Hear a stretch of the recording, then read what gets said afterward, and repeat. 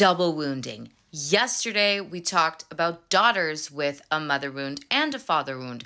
Now, how about sons with each kind of wounding? Let's talk about it, bruh. So sons with this double wounding carry a different burden than daughters do. So if the daughter with both wound is asking, am I lovable? The son with both wounds is often asking, am I enough? And am I allowed to need anything from anyone? It's a double whammy. So mom might have taught the son, okay, don't hurt anyone's feelings, manage other people's emotions, be a good boy, don't make life harder, don't disappoint. And dad might have taught, be strong, perform, earn respect, don't be weak, don't fail. And so now here also there is a nervous system that's trying to resolve both messaging, both wounds, both problems. In adulthood, the son becomes have needs, but don't have needs. Be strong, don't struggle. Take care of everyone, don't ask for any help. Perform, don't fall apart. It is also a deeply exhausting way to live. So a lot of these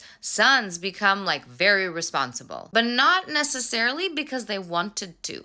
It's because responsibility came with that attachment. So their nervous system learned that, people need me. Before they learned, people can know me. That's a big difference. So in adulthood, it often looks like emotional suppression, hyper-independence, conflict avoidance, workaholism, caretaking, over-responsibility, difficulty receiving help, shame around vulnerability, difficulty expressing needs, feeling alone even inside relationships. Their nervous system's also organized around the idea of what does everybody need from me? Instead of what do I need? Some of these men become incredibly reliable. Everyone can count on them. Everybody comes to them. Everybody leans on them. Very few people actually know them because they've spent their whole lives building a life and a sense of self that's built around being useful, not around being seen. Where the mother wound says something like,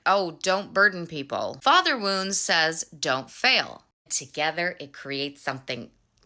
Men who carry unbelievable amounts of pressure, and then they feel ashamed for struggling with it. And many of these men don't feel rejection exactly the way that we might think that they do. They do fear being a disappointment, being inadequate, weak, or needy, dependent, a burden, because being in those states feel fundamentally unsafe. So these guys learned to be valuable way before they learned being vulnerable, if at all. But when life gets hard, they learned to perform, provide, to fix, to endure, but not necessarily how to receive, lean, grieve, need, ask. Some of these sons learned how to protect mom and impress dad, and that is exhausting. Okay, bye.